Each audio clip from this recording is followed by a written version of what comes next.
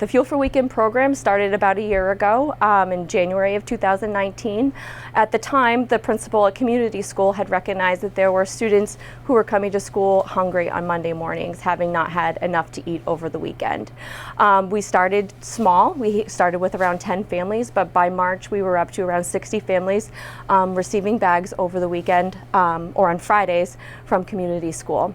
This year we changed things up a little bit. We started to do a parent pickup hour. At community school, we were able to expand to Falls Elementary, and we also offered a pickup hour in the evening here at the Alternative Market. Some of the things that we have in our bags are cereal, oatmeal, tuna, things for lunch, peanut butter and jelly, snacks, applesauce, pasta, mac and cheese. We try to keep our bags really family-centered or kid-centered, things that students would eat over the weekend. And right now, with everything going on, we were so thankful and grateful to Caitlin O'Donnell in the Alternative Market for this new space here. So thank you, Caitlin. Caitlin, what made you invite them in? Oh, well, I don't think it was an invitation. It was, we got the call, Sarah called me, and we had very little time to clear out the school with everything that was going on, and it just made perfect sense. I have space, and even if I didn't, you make space. You do what you have to do in times of need. Now, have you been involved from day one? I have not been involved since day one. I've pretty soon after that, and but I didn't realize how great the need was, so when I was informed by my friend Liz, I immediately wanted to do something and jump on board because it's so important. It's really vital.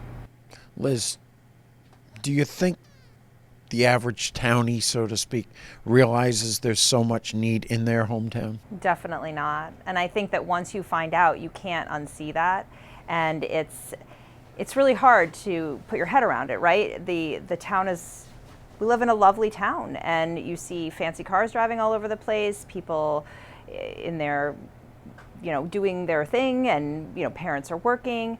But there's this undercurrent of poverty, hunger, and homelessness that runs in North Attleboro, and once you know about it, you can't look away. You have to help your neighbors. These are friends of your kids. These are parents that you see at the bus stop. This is everybody, and we all need to be in it together. Where does the food come from? So we primarily get donations, and we do some shopping. We've been very, very fortunate that Stop and Shop and some local churches have helped us. We are currently only able to accept gift cards, but we're working to change that and become a registered nonprofit. But people are so generous, and once they know, I think that's one of the big things with making donations to food pantries. People just kind of give you whatever. We have been very prescriptive with what we want because it makes it easier, honestly, for us to scale. So if you have 60 boxes of all different things, how do you ensure that every kid is getting the same thing and something that they will like? So that's actually done very well for us. Caitlin, I know you were telling me you're changing the hours somewhat because of what's happening in the world. First of all, talk about the change in your hours and when can people pick up food as part of this program? So right now we are changing the hours currently just to really make sure we can have time to clean the store and to keep the numbers down. We are extending both opening and closing. So we will be open from Wednesday to Saturday 9 to 5 going forward until things kind of settle down. We do a delivery service right now for these families in need, but drop-offs for donations will take between those 9 to 5 Wednesday to Saturday hours. And Sarah, final question.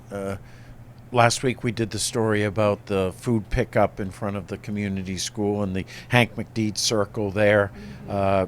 People should know this is a different program altogether. Yes, this is a completely separate program. The lunch program that is currently being offered in front of community school is coordinated through the North Attleboro School District. The nutrition director coordinates that effort over there, which is, it's amazing. There's lots of kids who are picking up over there. But for here, we are very separate.